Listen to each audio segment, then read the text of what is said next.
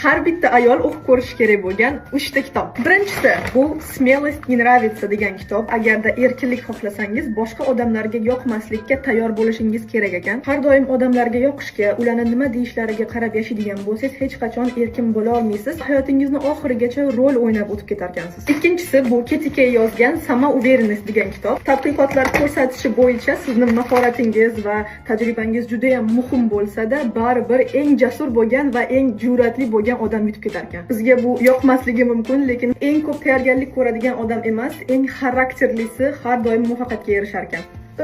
Uchinchi kitob bu sevgi va munosabatlar haqida.